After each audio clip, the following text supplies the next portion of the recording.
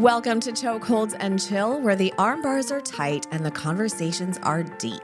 We're Jen and Mal, two women navigating life, mat burn, and the wild world of jiu-jitsu, one episode at a time. From white belts to black, trauma to triumph, we bring you the real stories from the people who roll through it all. So tighten your belt, take a breath, and let's get into it. If you hear my dog child yelling at the squirrel, don't be alarmed. That's okay. We'll just include it. We love our dog We children. love dog children. So, what is your dog child's name again? Bolo. Bolo, that's right. Oh, Yes. he's so cute. He's like the nicest dog. Oh, thank you. He loves you guys too. He's so sweet. So for those of you who don't know this voice, This beautiful voice. hot voice. This is Heather Woods. Heather Woods is a black belt under Andre Galvao at Atos HQ. She is a world traveler, a serious competitor, and she is running her jiu-jitsu competitor coaching program, which we're going to talk a lot about today. Yes, she has been everywhere, all of the training, competing, coaching, you name it. And most importantly, she was my very first jiu-jitsu girl crush. Ooh. Wow, so there have been crushes since me. Wow. No, actually, well, just Jen. Yeah, you and Jen. Oh. Yeah, I mean, Mallory only has a crush on me because I got fake tits. I mean, they are nice. They're nice, I'm not gonna lie.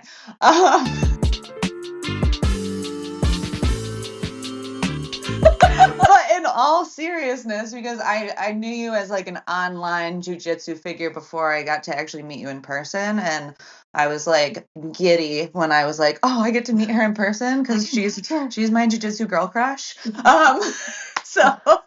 So anyways, so most importantly, that's what you are. No, I'm just kidding. So today we want to get into a bunch of different fun stuff. So we are so excited to have you. So welcome to Chokeholds and Chill. Thank you.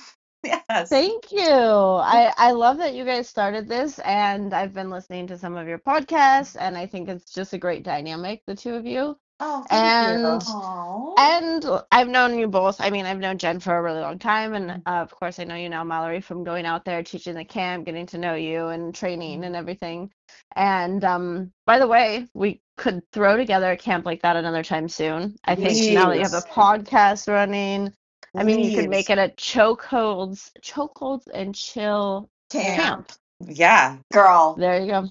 Let's talk. Yes. Let's talk. I love that. I love me a good jiu-jitsu camp. Those are always fun. Yes.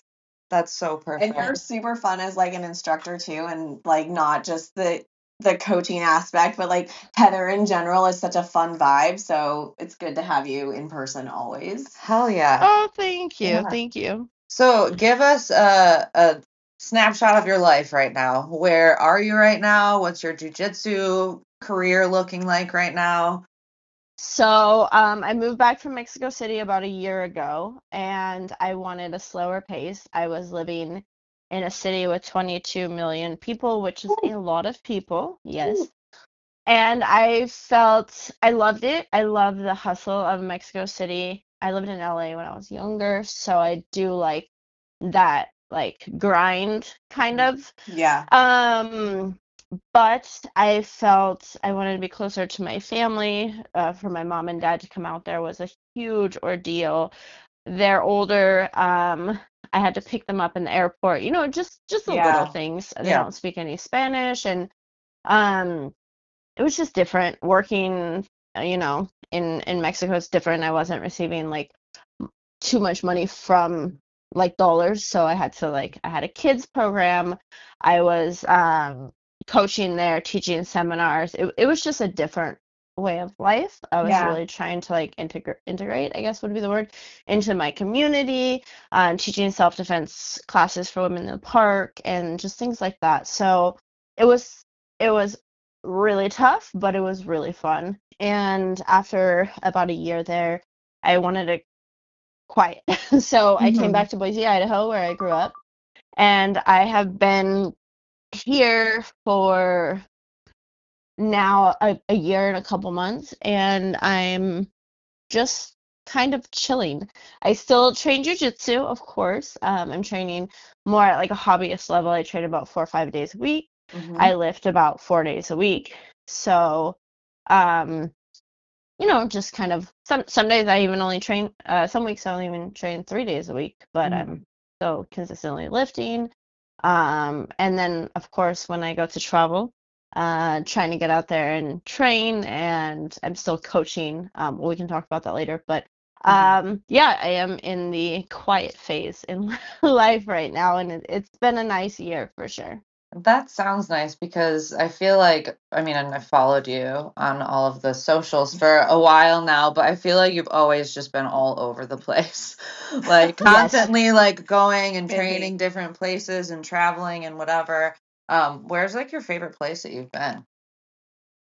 Oh, that's a really hard question. I feel like a lot of people ask me like, what's your favorite country you've been to, or what's your favorite place you've lived? And I don't know. I think it's hard because there's so many aspects. Like some places, I love the city, I love the food, but there's not too much jujitsu, or there's great jujitsu, but like the struggle is real. Like it's really not Yeah. an affordable city, or there's always different things. Like some things I like about some cultures a lot, and some things are a little bit different than how I grew up. So, like culturally, so I'm like, oh, I might not like that as much, or that might be a little uncomfortable or not relatable to me.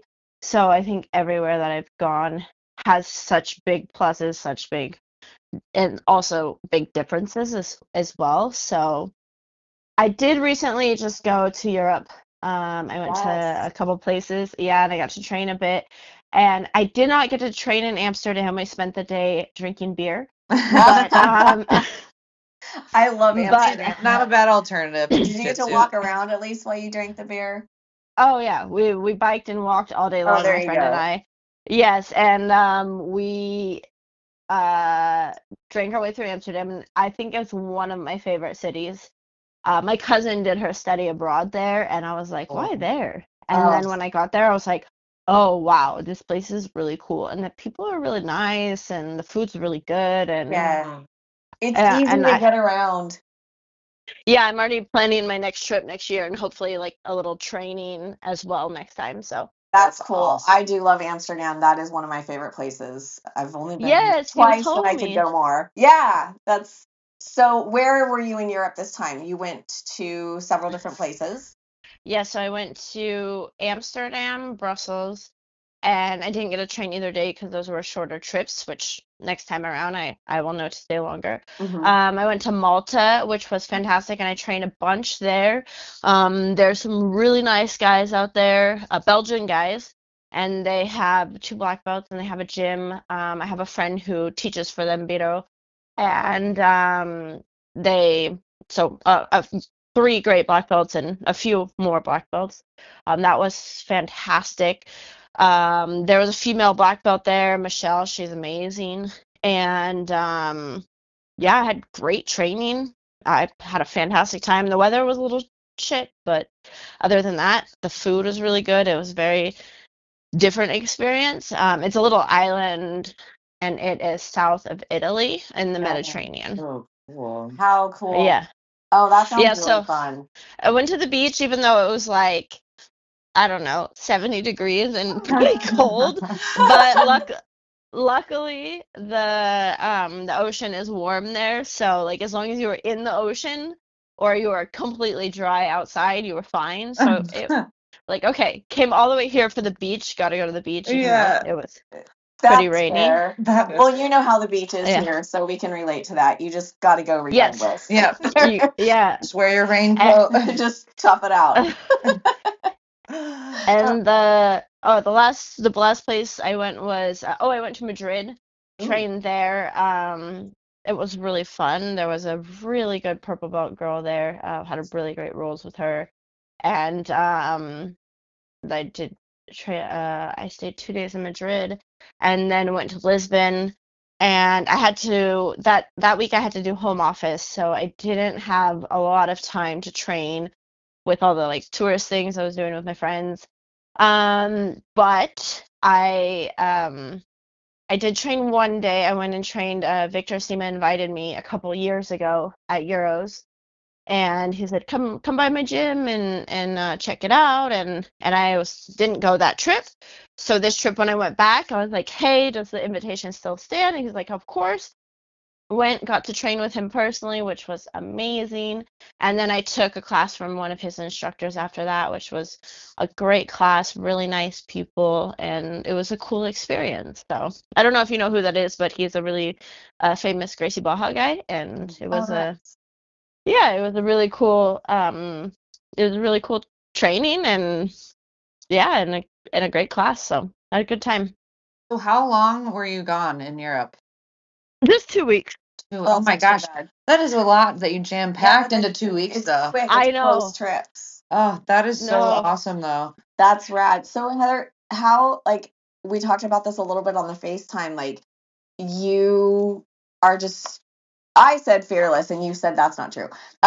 When you walk into like you're traveling in foreign countries, sometimes like even living in Mexico City, I know your Spanish wasn't great when you first got there. And that was Oh, something it's that you were still really not working on. great. It's not, it's way better than No. mine though, but I know that was a challenge for you that you were working through. How do you just walk into this random gym of like mostly men, of people you don't know in a foreign country, when it's scary for some people to just go to their own gym on a regular class with members that they know? How do you do it? For sure.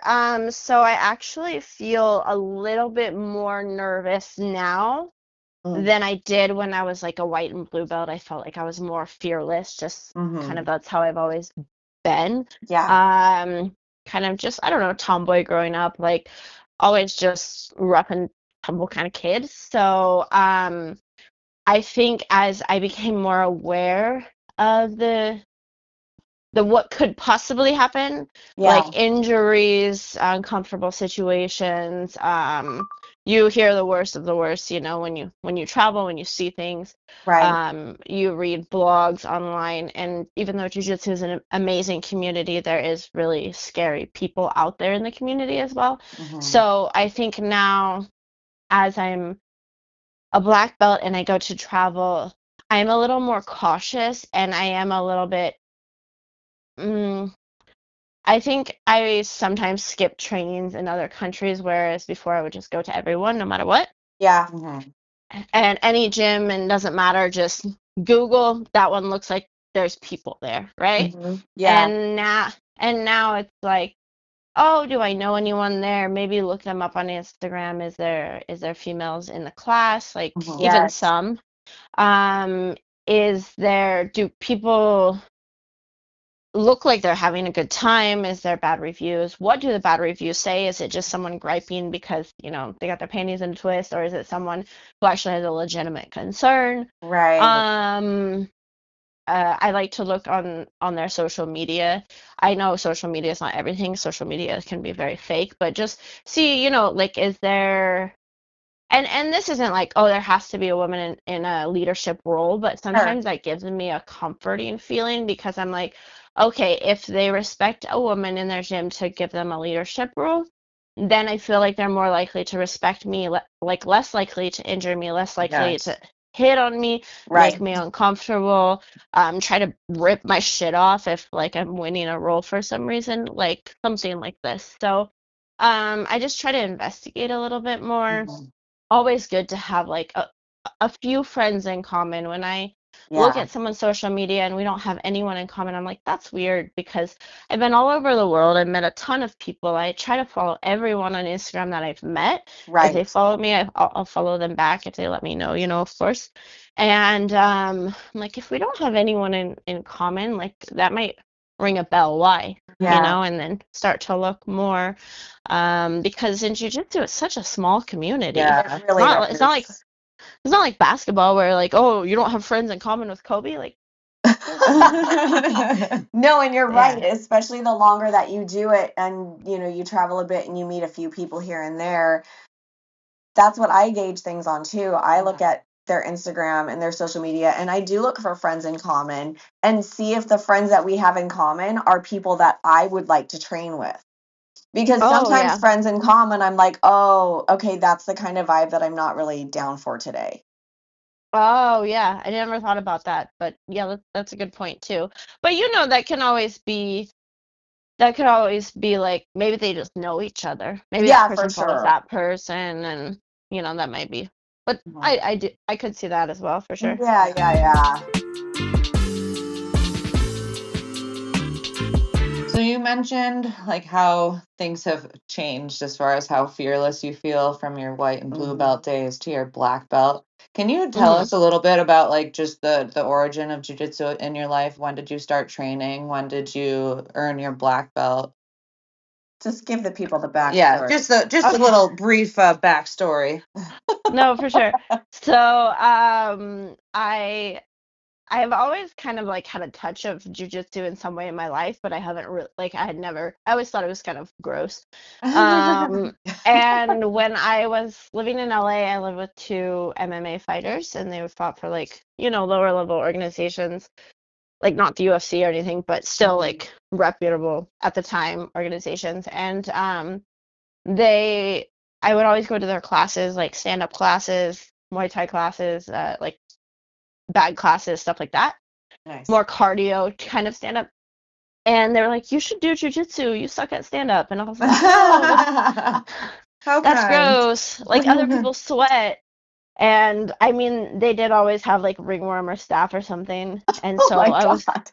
I was like, Good, bro. No. yeah, so I was like hard pass. But How I old were ended you at up this point? I was in my 20s, and Okay. I was living in LA, and then I finished school, and I had taken a couple like grappling classes and stuff there, but again I was like, I don't know. And No. I ended up selling everything I owned to go on this trip. I'd planned 9 months, a bunch of flights, and I would go here and there and all these different places, and I started doing jujitsu on the trip. And one of the places I was in was Brazil, and I started in put my gi on, and this gym, it was called X Gym. It was a Silvio Baring and his son and his son's fiance at the time. And I started there, and I just kept going. I trained all over Brazil. I trained, then I went to Europe, and I trained in Europe. I trained in the south of France all summer. And Wow. then once my trip Amazing. was over, I went home, and a friend called me back and was like, "Hey, do you want to come be my nanny?" And I was like, "Sure." She like an au pair, teach my kid English and Yeah. just take her to school. And I was like, of course. And so I went back to Brazil, and I was training jujitsu every day and just taking care Wow. of her daughter in the morning, and it was a dream. So I just kept going with that. Australia, then I went to San Diego, get the, best jujitsu there. Yeah. Hell yeah, that's sick. Yep.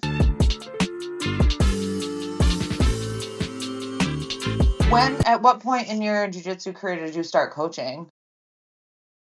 So I actually started helping with the kids in the very beginning at white belt Oh wow. because I couldn't speak Portuguese, and it was like the first month I was there, and I couldn't speak Portuguese, and I think that they just didn't want to deal with me, and they thought that I would like learn the By basics teaching. faster by teaching. So I was teaching the threes and, well, I was an assistant, obviously. I was teaching the threes and fours, and so um yeah, that's when I started coaching. So then just everywhere I went, I was always like, "Hey, instead of paying or like if for like a help in my payment, can I help with the kids?"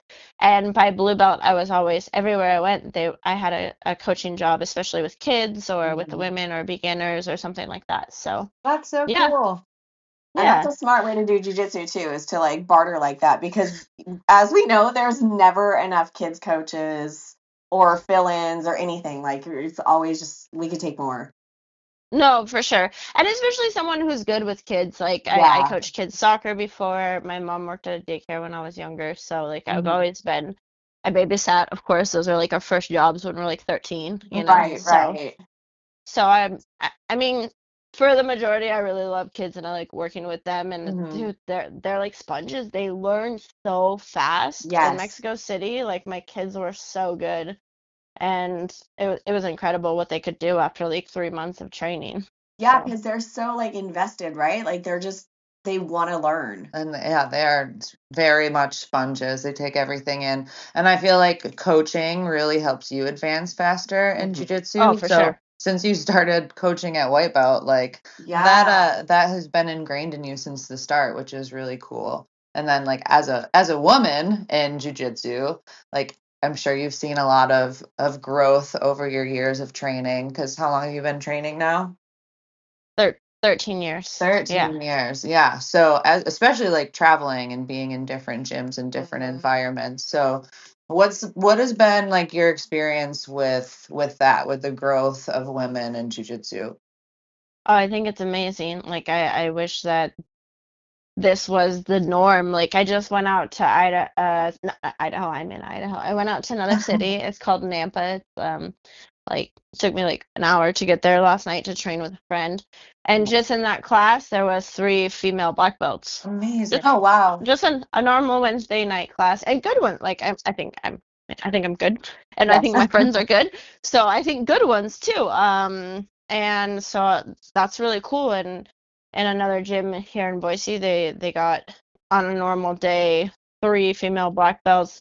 I feel like most gyms in my city have 1 or 2 high level females, which is really nice. That is. I mean, it's still not like the men, but growing up in jiu-jitsu, I was like, if I saw a female black belt, I was so excited. I wanted to roll with them, and sometimes they wouldn't even roll with me, which was like wild. And especially at blue belt, I wanted to roll with all of them, but it's just not the same. And oh man, these girls who are coming up, these like teenagers, they're like so 20, good. they're so good. They really like created a whole new dynamic for the sport. Oh, for real. It's crazy. Like they're incredible. They learn so fast. And also too, as coaches, we've learned to teach them better. Yeah. And for lack of better words, faster. Yeah. Because I think just before there was no playbook on how to learn jiu-jitsu, and now there's starting to be, and there's so much more. Before you could learn jiu-jitsu on a DVD or maybe a CD. Yeah, no, at the time. I started learning on a DVD. Yeah, exactly. So now you just type in whatever technique you want to learn on the internet, and boom, it's there. And there's instructionals you can buy, and online programs you can do. It's incredible, the resources. And speaking of online programs, you are resurrecting yours. Resurrecting, wow, it Bringing sounds her like back. dying. Well, you've been trapped. No, it wasn't dying. You put it on hold for some things. You had life. And now it's time to start that new season, because 2026 is coming. Tell us a little bit about your program, what you're offering.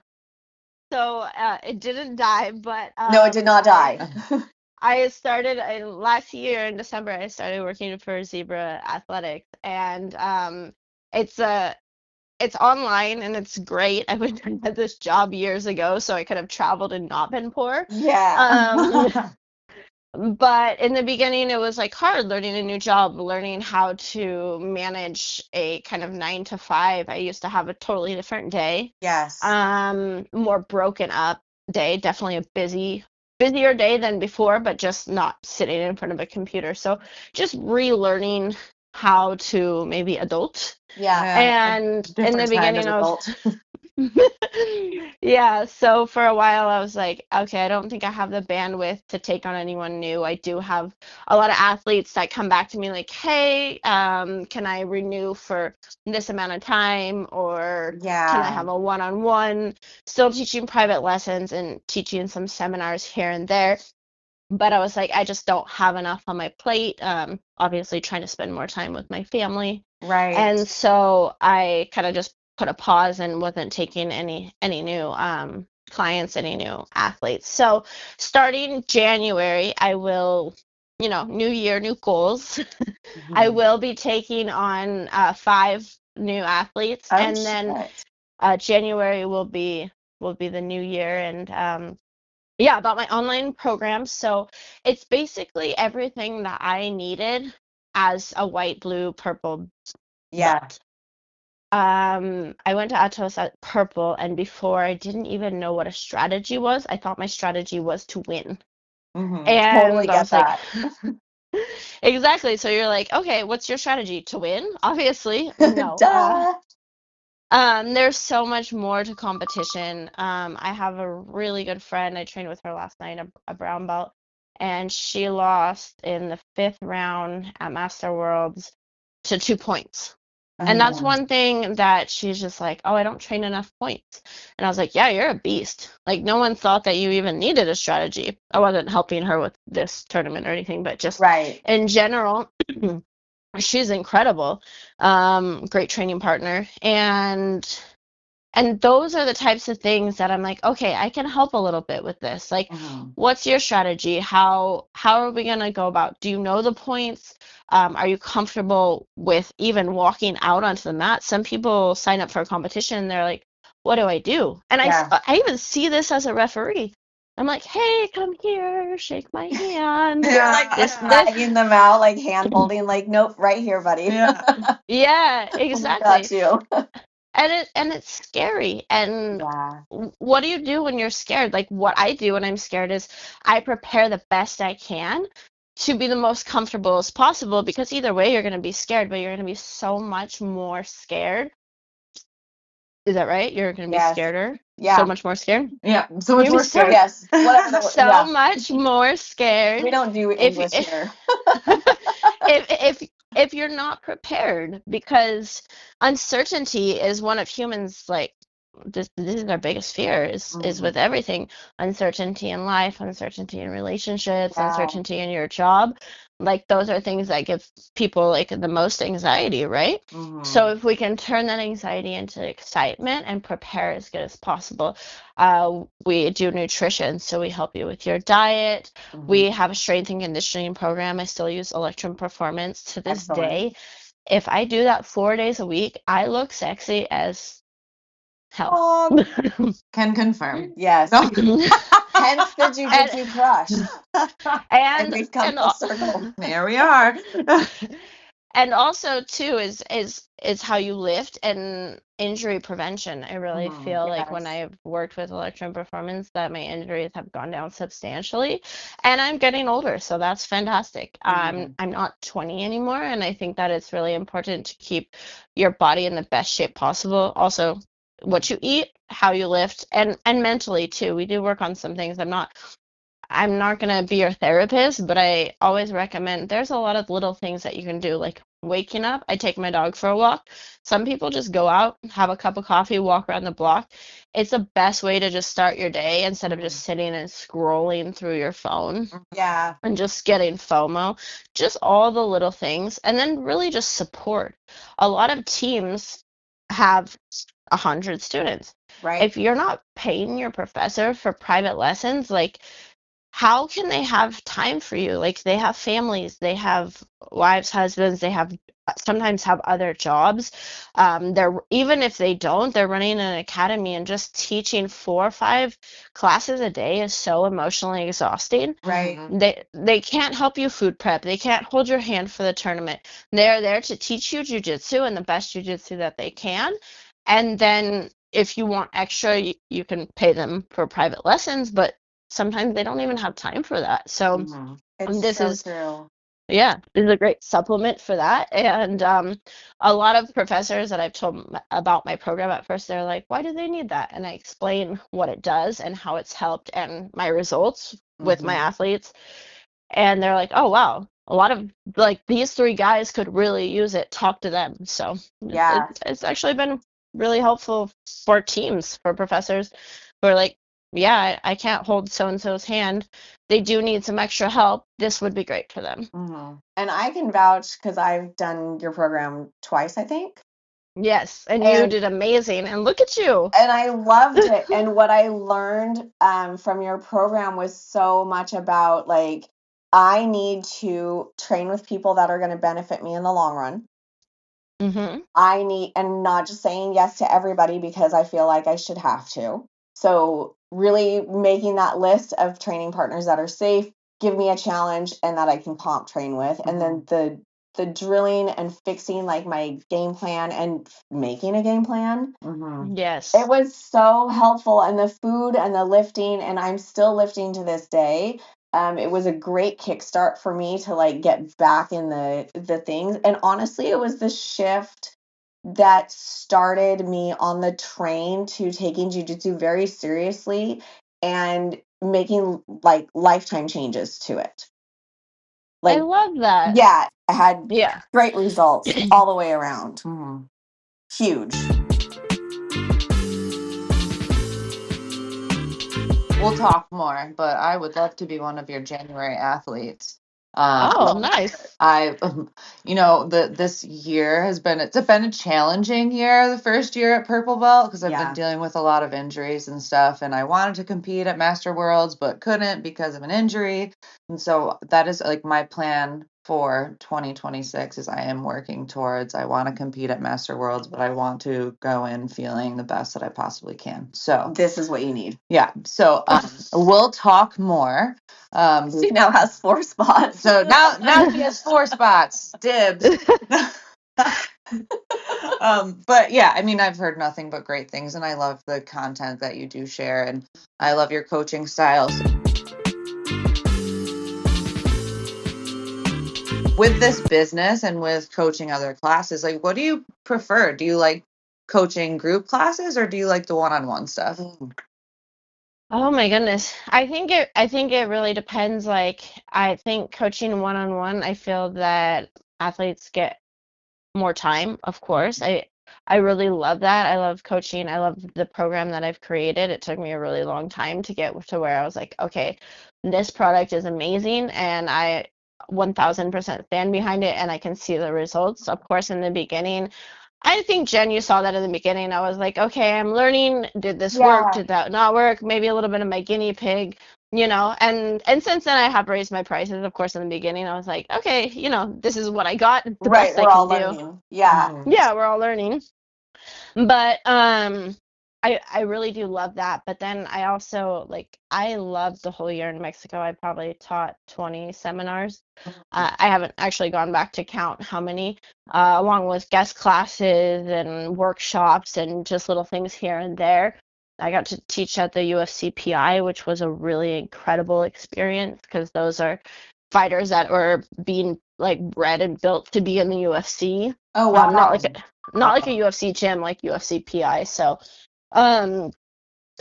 just those experiences, I do love it. I do love the energy.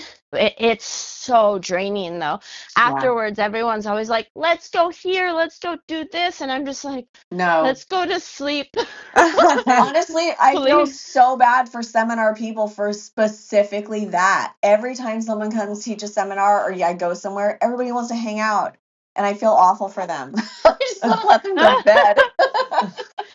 No, but also too is most places that I go and this is aside from just a few times, I'll roll with every single woman, every single guy that's around my size.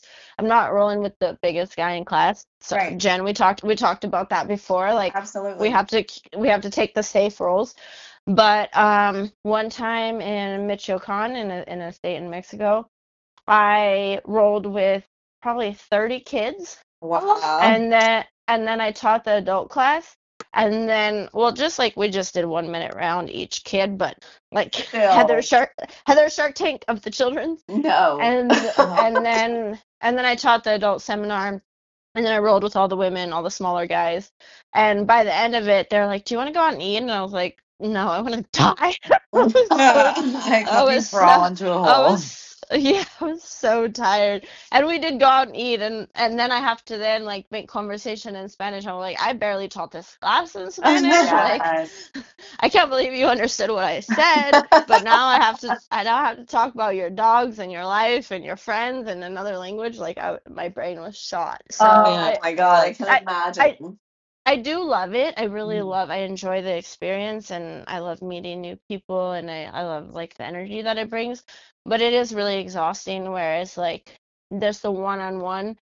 It's also super fulfilling, but it's just a little bit less because even if it's a private lesson or if it's online coaching, I'm just like, okay, like let's figure out what you got going on. How are we going to help you? And it's one person's energy. So Yeah. yeah.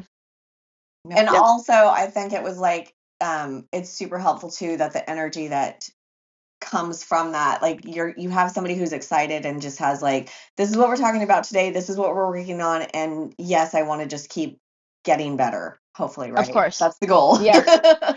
No, for sure. I love that. And of course, my athletes have bad days too. Like Oh, sure. stuff in life happens, injuries happen. Like so many people have trained really hard for a competition, and then just like you, Mallory, like right before the comp, you get injured, and you're just like, shit, all that work, and it's heartbreaking for me too. Right. So I'm just like, oh, I know how much work you put in because they're not going around telling everybody, I did this and I did that, but Yeah. I see how much work they put in, and then I'm heartbroken with them. So yeah, so that's another part of the energy too. I really feel that with my friends, with my athletes, with You get everyone. invested. So, Yeah, you're super yeah. empathetic, so I Yeah. could see why you would definitely just absorb Feel those it. feelings. Yeah. Yeah, for sure.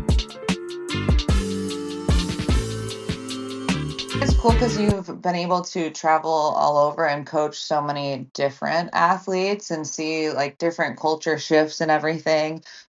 So obviously you've been in many different gyms. Like some gyms might be more strict or uptight or welcoming. And tell us about like your best and worst experiences with some of the different gyms you've been in.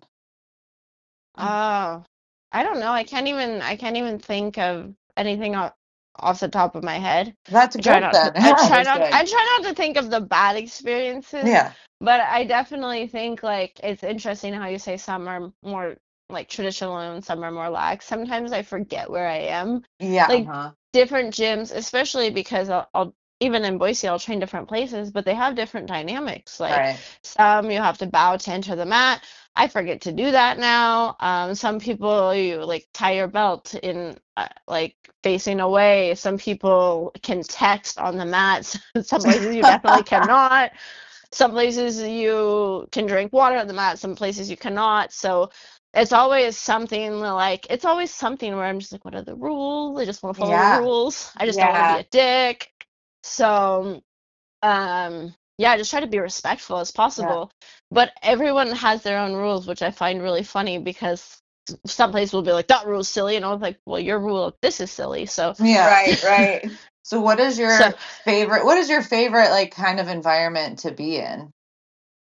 Do you like the more like fun, like let's bullshit on the mat and drink our water and Dogs on the mat. yeah.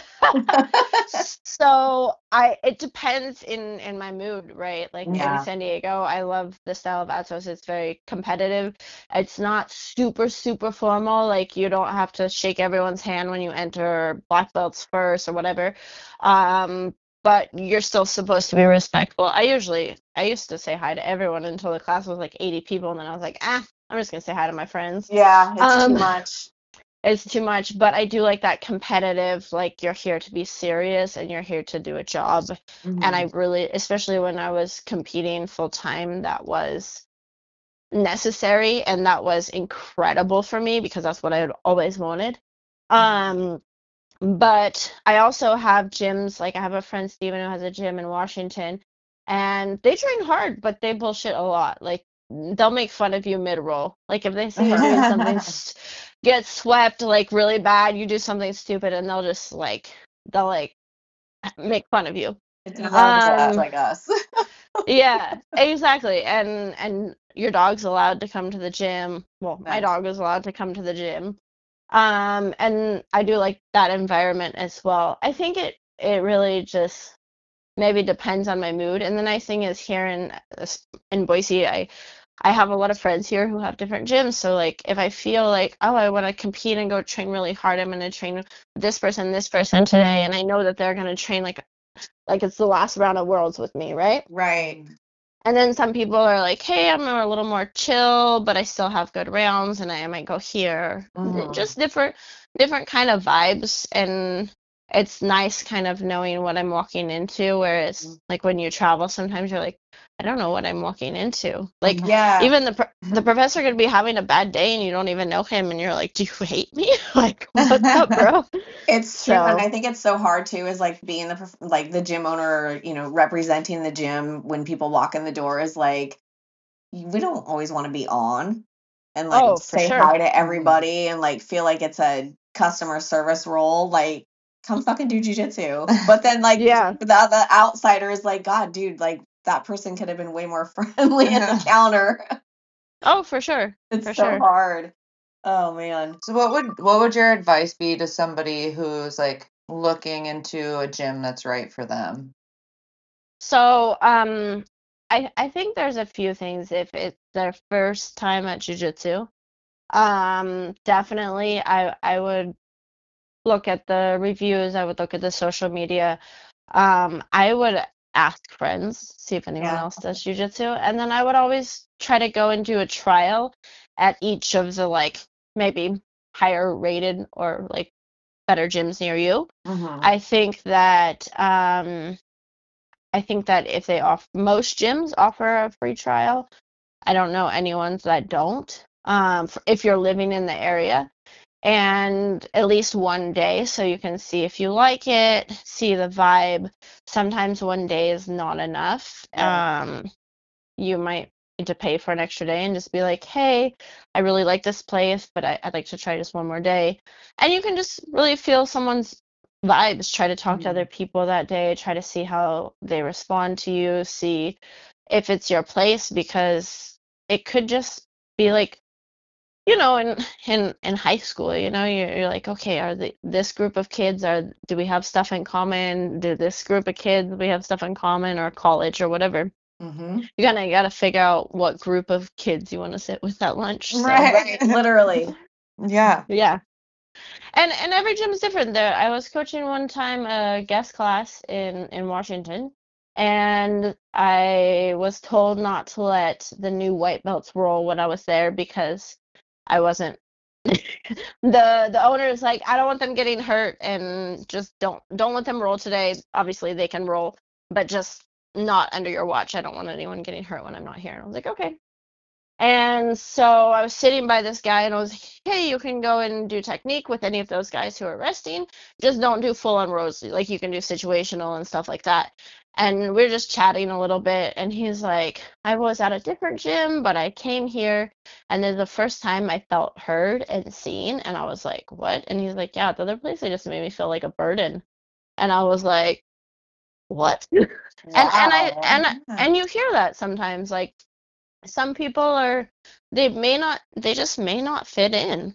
Maybe those aren't their dudes, or maybe those aren't their girls, or maybe there's some weird dynamic and Mm-hmm. it just doesn't fit. So I think definitely check out a few places, see what works Mm-hmm. the best for you. Yeah. I like it. I know we talk a lot about like red flags and green flags in Mhm. jujitsu and like looking into gyms and stuff. And you mentioned earlier like having women in leadership and coaching positions is a Mhm. huge green flag. No, I So like it for Green sure. flag. There's also the aspect too that we're like still women are still growing in the sport. So there's so many gyms that just they don't even have women of that level to, be teaching or in leadership. Mm-hmm. So it's important that we mm-hmm. feel out our guys too and find good, safe male training partners also, because it's not always possible to get the women. No, for sure. For Yeah. sure. Yeah. 100%. So it seems like right now you're more focused on like coaching and you said you're kind of training more as a hobbyist right now. What does your competition future look like?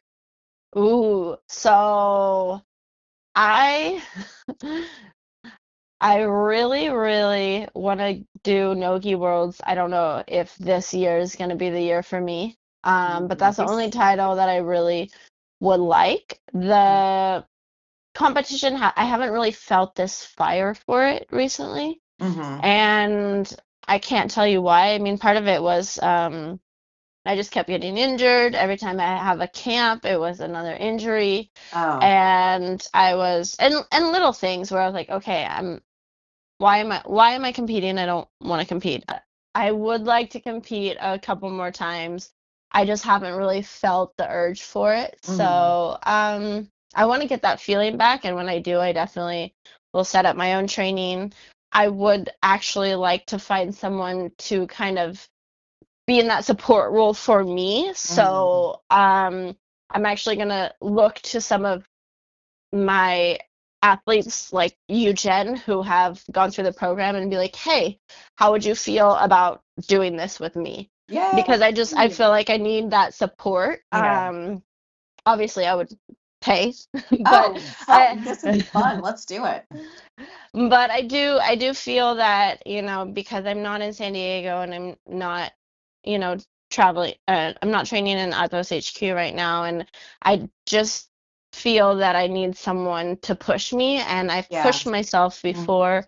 I did do Master Worlds at Black Belt. I won that here in Idaho, training here, putting together my own camp, putting together my own diet, putting together my own lifting. The same with the Yes. program that I have right now. But it was so hard. And some days I was just like crying, and I was like, I just need support, Yeah. Just somebody to tell you like you're not done yet. Yeah. Yeah, exactly. Well, And I think it takes a lot to tell yourself you're not done yet, but Yes. I think someone just being like, no, get up, yeah. let's go another round. And I really feel like Yeah, you get 5 I need that. minutes.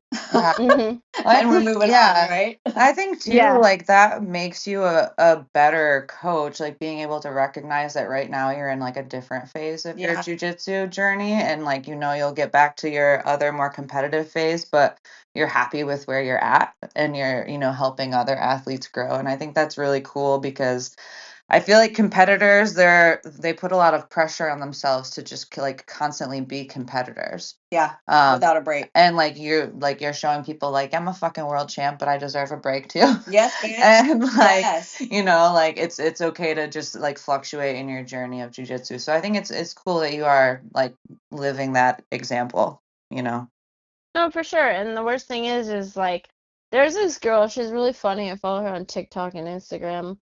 It's like Baron Bo I forgot her. I forgot her name, but she's like a good Daima athlete. And she made a post the other day about if you lose, and one of them was like making what are the excuses, and she has like When she has the a whiteboard. she's Yes. Oh so my God, funny. I love her. I love her. She's so funny. I forgot her name. I did too, but she's great. But yeah, I had seen her jujitsu before, and I was like, oh, she's good, but she was a lot smaller than me, and I was like, I don't know if I can do all those fancy moves. But anyway, I saw her little whiteboard specials, and I was just cracking up. But it's so true. I don't want to go and compete and be like, oh, I have this excuse and this excuse. I want to go and compete, and like I gave my best. I won or lost, but I gave my best, and these are my results. So Yeah. that's where I need to be to compete again. So That's a good goal. Hell yeah. And that's where I would like for you to help me get to. Yeah. So, like I said, we will talk more. awesome. I love that. I love that. Well, this has been so awesome. I know that you're on your lunch right now, so we won't take too much more of your time, but I do want to do some rapid fire questions if you're okay with that. Oh my goodness. If they're bad, if my answers are bad, do you get to edit them out? Yeah, Yes. we'll cut whatever you want. All jujitsu. All Okay. right. Gi or no gi? Gi. What's your favorite submission? Armbar. What is your favorite guard to play? Close guard. Same. Heather, I'm answering all of these in my head for you, and so far I'm at 100% accuracy. 100%. If you are not doing jujitsu or coaching or thinking about jujitsu, what are you doing? Walking my dog. I love it, Bolo. Where's your favorite place that you have trained? And like not as a coach or not like seminar, but where is your favorite place that you've been able to train and be a student? Atos, San Diego. Nice. Awesome. If you had a super fight tomorrow, what would your walkout song be? Oh, I don't know. That's a hard Nobody ever question, knows. but it's an important question because I'm putting Oh. together a playlist. Oh, Jesus. Oh, Everybody's answers on the pod. We're making a playlist. I don't know. I'm gonna have to get back to you on that one. Okay, I don't even know that's- because I don't know names of songs. I just That's listen fair. to them. That's where I end up, and I'm Who always, are like, blank. who are like your favorite musical artists that you vibe to right now? Well, not ones that I would put on. Yeah, they're not My going on the workouts. reel. That's fine. Mallory's okay. digging deep here. I love it. No, Funny because words.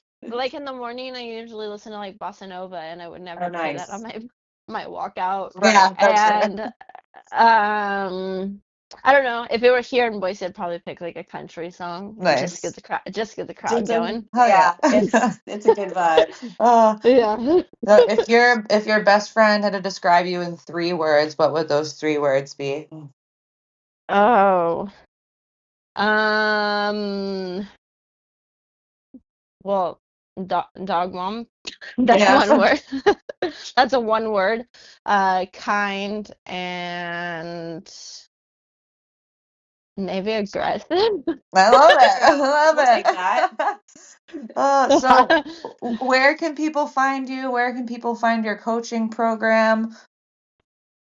So my Instagram is Heather and Woods, and my online coaching is h.woods at h.woods.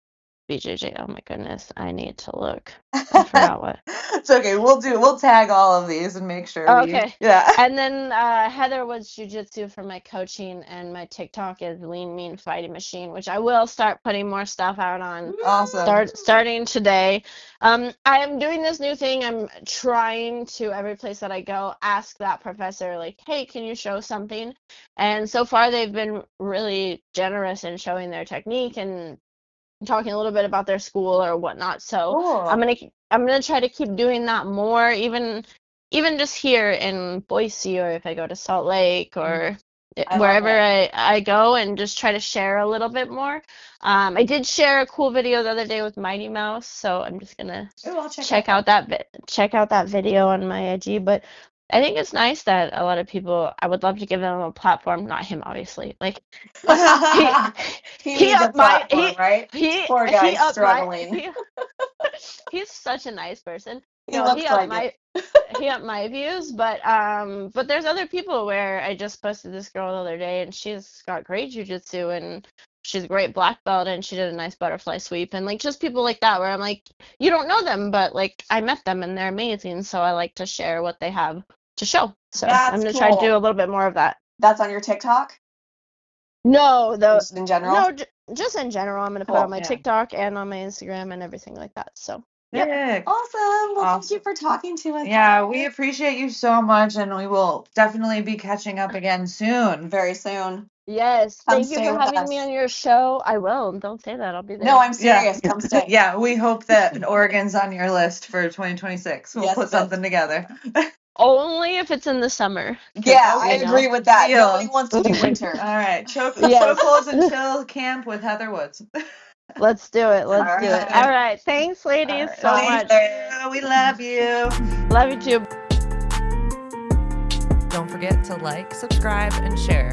Check us out on Instagram at chokeholdsandchillpod, or shoot us a message at chokeholdsandchillpod@gmail.com.